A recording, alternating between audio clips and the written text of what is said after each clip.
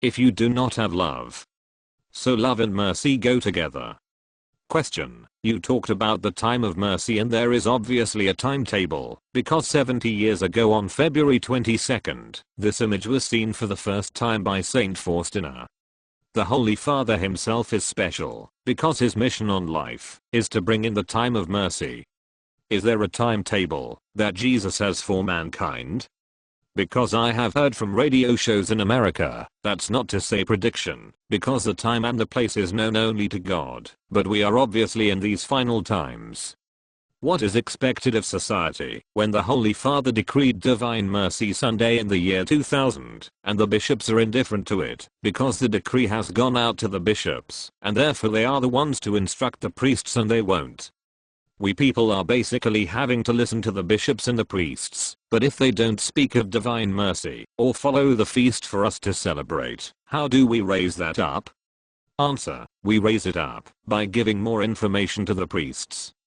Because some of the priests do not understand divine mercy, because they have not read about divine mercy, so we have to inform them. We can give them some leaflets, but before giving them information, we have to pray for them, that they will accept it, because, as I said, we cannot change a person. That's why we have to pray harder. And also, you see, Divine Mercy devotion is for salvation, saving life, saving souls. That is why the other side is also working the wolf. The other side will also work double time, because what you are doing is saving souls. Question. Does Jesus say anything about the scriptures? Answer. He did not mention it to me. Question. Stanley, how long were you dead? Answer. I was clinically dead for 3 days. By the way, because I'm often asked about that 3 o'clock prayer in the morning and the 3 o'clock prayer in the afternoon. Because last year, when I give my testimony at the Vatican in front of all the cardinals and bishops, there were 26 cardinals and 50 odd bishops. One of the cardinals asked me, what is the significance of the 3 o'clock prayer in the morning? Because there are so many answered prayers at 3 o'clock in the morning. And I answered, that is the time of his resurrection. And the cardinal stood up and said that this was true, that in the book, Jesus and Mary met at 4 o'clock in the morning. So they said, he must have resurrected at 3 o'clock. Question. Can you tell me, what was your illness? What did it consist of? Answer. Before what happened to me, I'm just going good. I have no illness. I'm very strong. This is why, after what happened to me, when I woke up, my wife was so stunned. She cannot believe it. So I went down to the billing section and paid the bill. Then I drive the car in going home. That's why one of the bishops in the Philippines commented that what happened to me was just an emergency meeting with the Lord. Question. Stanley, when you were at the Vatican talking to the bishops and cardinals, was the Holy Father there as well? Answer. No. He was scheduled to attend, but he was so tired and ill at the time. Question. With the cardinals and bishops from all over the world, what language did you speak in? Italian? Answer. English. Question. Italian? Answer. No. I said English. Question. When Jesus was preparing you for this trip to England, did he say anything to you about the people of England? Answer. Yes. People of England are very dear to him, but then much of them cause his heart to bleed, because England is losing faith. That is why I'm here, to increase faith. And now you heard from me. Do not keep to yourself, you have to multiply. Jesus said that, if you save a soul, you save your own. Stanley continues his travel around the world, telling of the amazing event that happened to him, and fulfilling the mission that Jesus sent him back to earth to complete, that is, to teach the message of divine mercy. To his apostle, Saint Mary Faustina, Jesus made a promise in regard to both the image and the praying of the Divine Mercy Chaplet. He gave conditions. What is prayed for, is prayed with a contrite heart. That it is not against his will, in other words, it is doubtful this promise could be used to gain power and riches, which would be an abuse of his gift. He tells us that when the chaplet is prayed for a dying soul, that soul will receive his mercy, and not his justice. In a way, when a promise is given to us from heaven, then God, because he is just, is obliged to keep it. Here are a few personal accounts where the promise Jesus made to us through Saint Faustina has been fulfilled. Before the age of 15, Marine Degan enjoyed a normal healthy life. Then she was struck down with a very serious, slowly progressive but terminal disease called lymphedema. This is a disease that does not respond to medication and does not go into remission. Within the next 10 years Marine had 50 operations and had lengthy confinements in hospital of up to a year at a time. Friends and relations suggested she should pray and put her trust in God. But Marine could not understand why God had allowed her to get this disease in the first place and had lost her faith completely. Eventually her deteriorating condition necessitated the amputation of one leg. One evening, while Marine was in hospital, her husband Bob went to see a film called Divine Mercy, No Escape, and there he became convinced of healing powers of intercession by Senior Faustina. Bob persuaded Marine and the doctors that she should go to the tomb of Senior Faustina in Poland. They arrived in Poland on March 23, 1981, and Marine went to confession for the first time since she was a young girl. At the tomb, now the shrine of Street Faustina, Marine remembers saying in her cynical way, "Okay Faustina, I came a long way, now do something." To which she received this reply, "If you ask for my help, I will give it to you." Suddenly Marine thought she was having a nervous breakdown. All the pain seemed to drain out of her body, and her swollen leg, which was due to be amputated shortly, went back to its normal size. When she returned to the USA, she was examined by 5 independent doctors who came to the conclusion that she was completely healed. They had no medical explanation for the sudden healing of this incurable disease.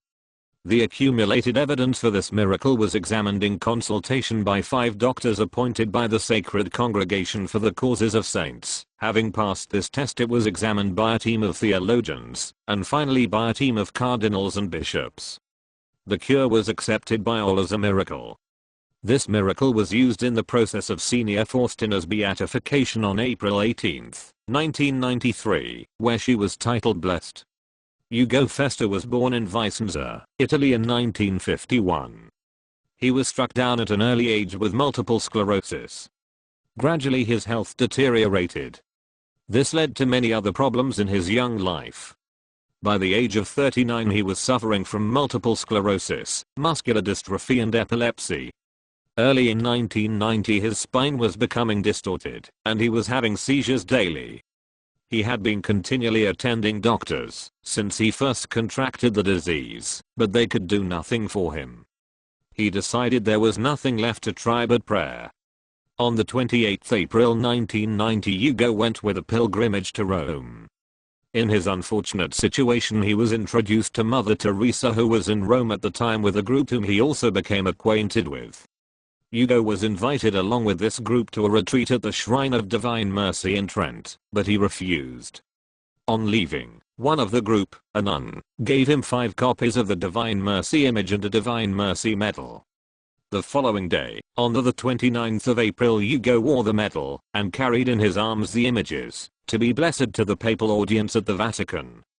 At the bottom of the steps to St. Peter's, the Holy Father passed by. Ugo asked him to bless his Divine Mercy pictures. After blessing the pictures, the Pope asked him how he was.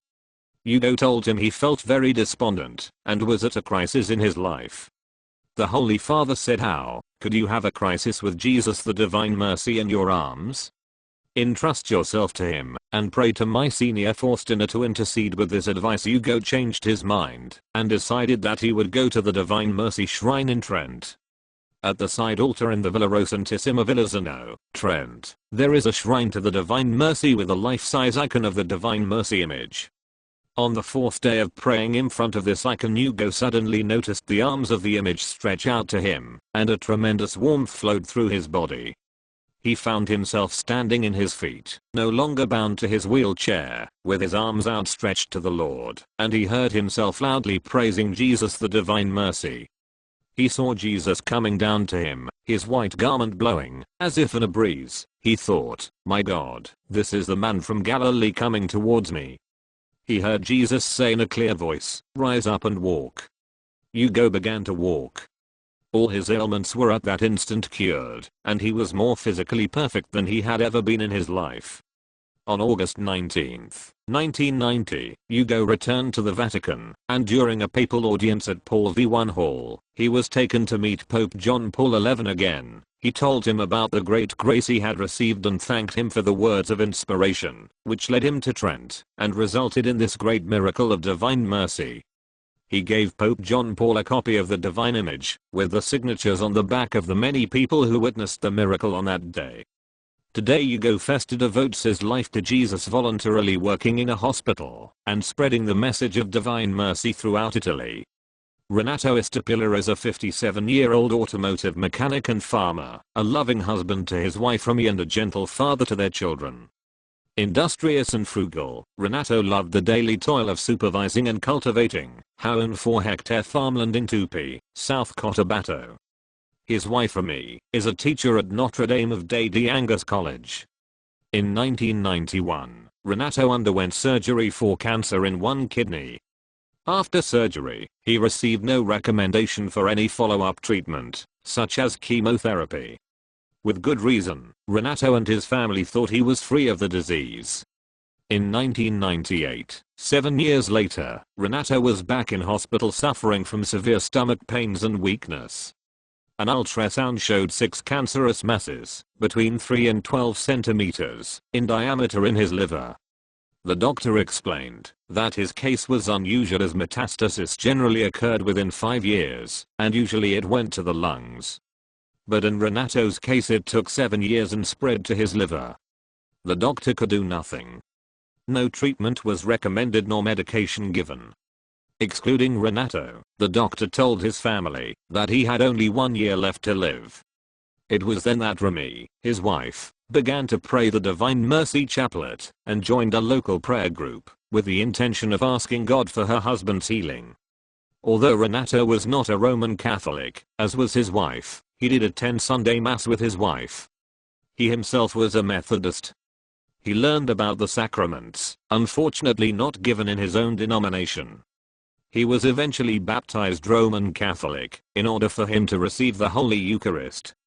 While his disease was progressing, more people prayed for him. But it would seem that Renato's terminal illness was to become the cause of the conversion of the rest of his family, who did not believe in the existence of God. June 27, 1999, Renato was brought to St. Elizabeth Hospital in a critical condition. He had terrible chest pains and struggled to breathe. Laboratory tests and an ultrasound showed that the cancer had deteriorated his liver and had spread to his intestines. Water had also accumulated in his stomach, which caused great pain. 2 days later, he became so weak that he could no longer move unless he was turned on his side. Renato's family had no choice but to prepare him for death.